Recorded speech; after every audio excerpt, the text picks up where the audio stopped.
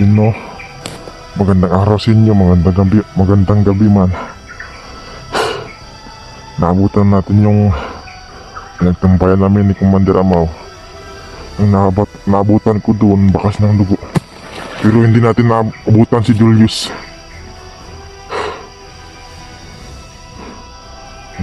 Umalis sila, dalawa sila ni Commander Amaw.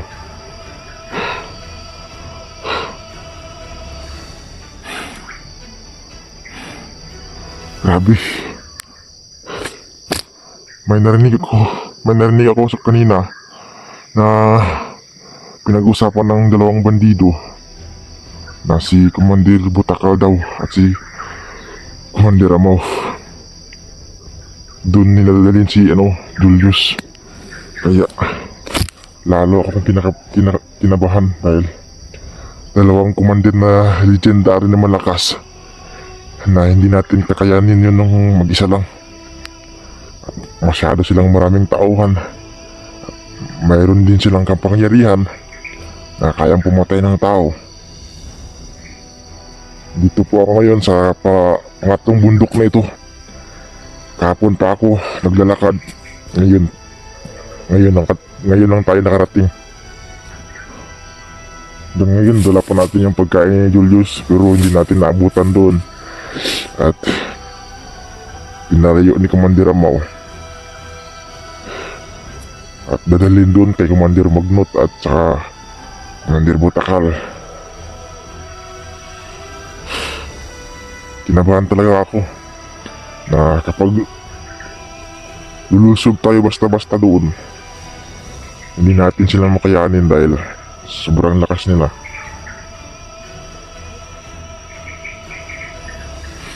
May mga tao doon nag-uusap.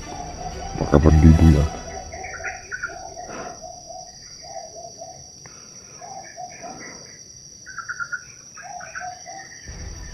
Kung sana napanood yung video na ito, dapat i-share nyo sa mga hunter na kasama ni Julius.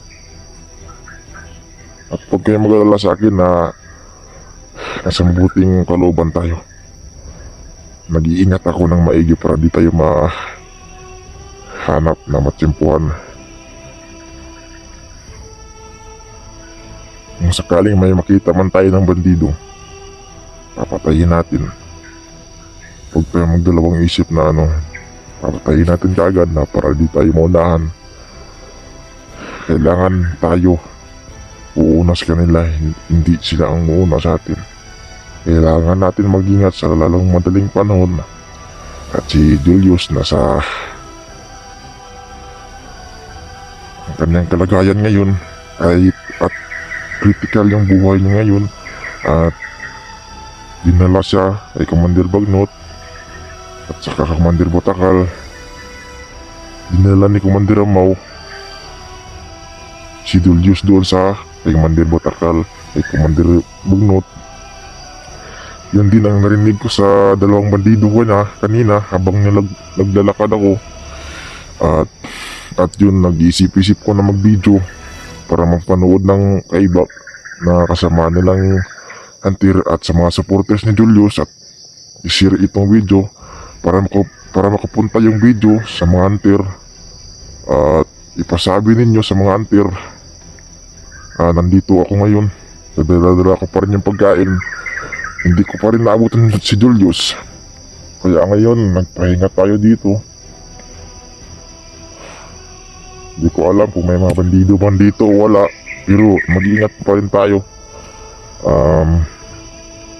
Lalo na nasa kabilang bundok na tayo, malaki-laki yung mga kahoy dito. Sa likuran niya mga buddy, bundok pa din yan. Walang kabahay-bahay dito. May mga taniman naman dito, puro prutas. Hindi ko alam kung kaninong taniman to. Puro puno ng kahoy lang makikita mo dito. Saka damuhan. Dito ako nagtambay, nagpapahinga habang naghihintay ng tamang tiyempo. At huwag tayo padalos-dalos at maraming tauhan si Commander Amaw ngayon na Hindi natin alam na pagkadating ni Commander Amo doon na binigyan sila ng tauhan o armas man. Masyado nang critical yung buhay ko ngayon. Baka nakahalata na si Commander Amo na tatlong araw tayo hindi nakabalik at sinabi natin sa kanya na charge yung cellphone. Baka nakahalata na yun sa atin. Kinabahan talaga tayo mga buddy. Pero huwag kayong mag-alala. Lagi akong nag-iingat, lagi akong nagdasal. Sana mga buddy, supporters ni Julius dyan, sana ipagdasal niyo ako sana ipagdasal niyo si Julius na huwag siyang saktan ni Commander Bagnot at si Commander Adrian man o Commander Butakal. Mga masasamang elemento ng mga tao na yun. Walang kinakatakutan mamatay dahil may kapangyarihan sila binabalot sa kanilang katawan.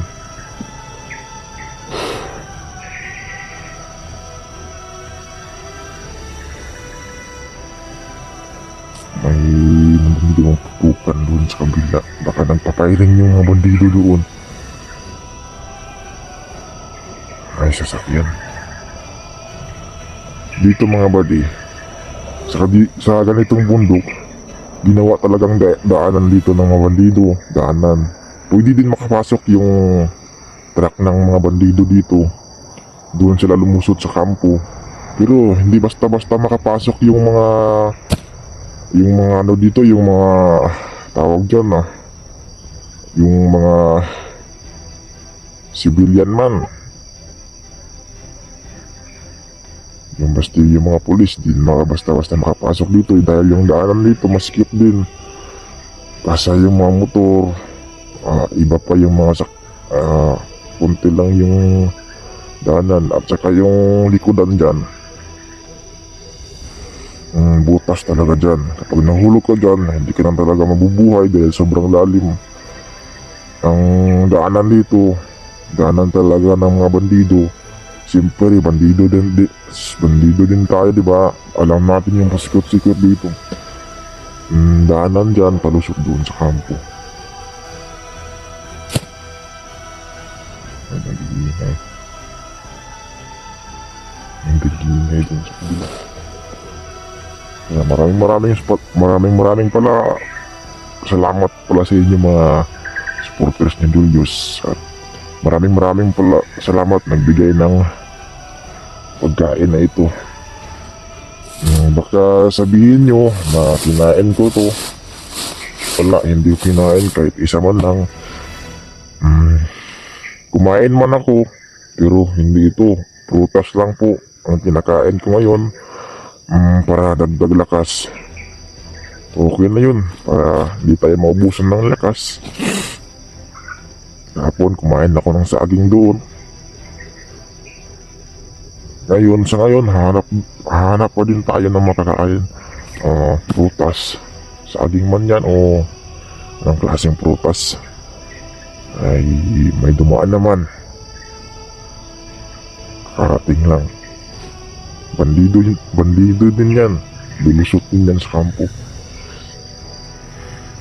Dito sila tumatambay palagi dahil may dyan. May kubo dyan. May pinag-usapan sila. Diyan sila nagtatambay. Ang kabundukan na ito mga buddy. At alam ko na lahat ng pasikot-sikot dito. Takbuhan doon sa bila. Isa lang talaga yung inaalala ko mga buddy. Mga supporters ng Julius dyan, sana makinig kayo sa mga salitang sinasabi ko. At huwag kayong mag-alala. Iligtas natin siya. Nasa mabuting kamay siya ngayon. Dapat na si Commander Amo dapat ning ibaon dyan sa lupa.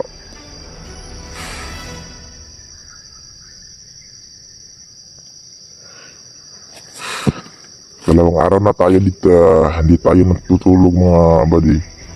Dahil nag-iingat naman tayo. Tumutulog ako. Hindi ako tumutulog dito sa lupa. Doon ako, kapag natutulog ako sa magabi, sa punong kahoy talaga. Pero dalawang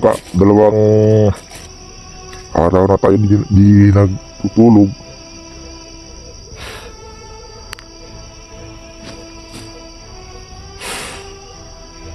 Pag nagpahinga tayo sa puno ng kahoy sa taas, para di tayo makita ng mga bandido. Maraming salamat pala sa panonood yun ng video na ito. Pasensya na kayo sa pag-video ko. Naisipan ko mag-video dahil para makita ng ibang kasama ni Julius na hunter, para maitag niyo po sa kanila, na para malaman nila nandito po ako sa lokasyon na ito, at sana matulungan nila ako na iligtas si Julius, iligtas sa kapahamakan. At ngayon dala pa natin yung pagkain niya.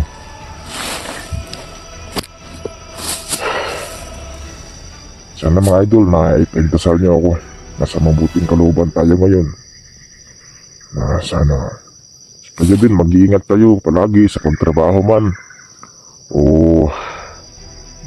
bumabiyahe man o papuntang pamilya. Sana mag-iingat po kayo palagi mga sir, ma'am. At sana may mabuting gantimpala na dumating sa inyo. Ang biyaya man. Sana mag-pray kayo palagi sa Panginoon natin na nasa mabuting kamay tayo, na yung katawan natin maayos, nasa mabuting pamilya tayo.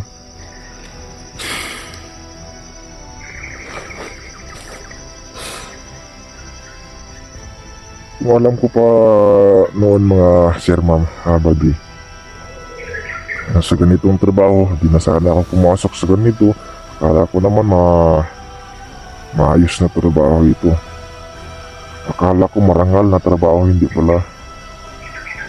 Ang nagdala kasi dito sa akin mga buddy, yung kaibigan ko, sabi niya, sama ka sa akin buddy, magtrabaho tayo doon sa groceryhan. Hindi ko pa alam, sabi niya groceryhan daw. Pagkadating dito, hindi pala groceryhan, bundok pala ito. Pagkarating ko doon, balak ko sanang umuwi at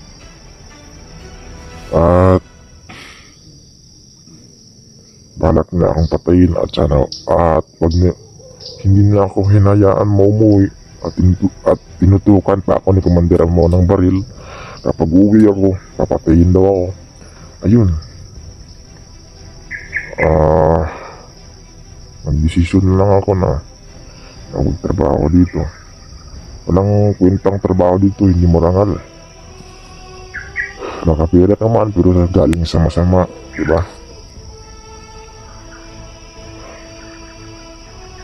Kaya ano, mas Commander Amo, nagkarama din yan. Mamamatay din yan, hayop na yan. Tanginan niya.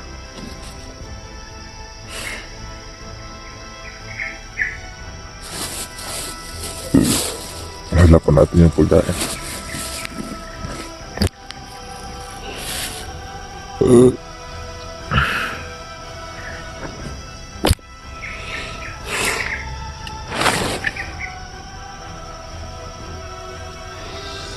Mabuti kayo dyan mga buddy. Maayos yung kalagayan niya dyan. Kami dito, puro problema lang yung natupag.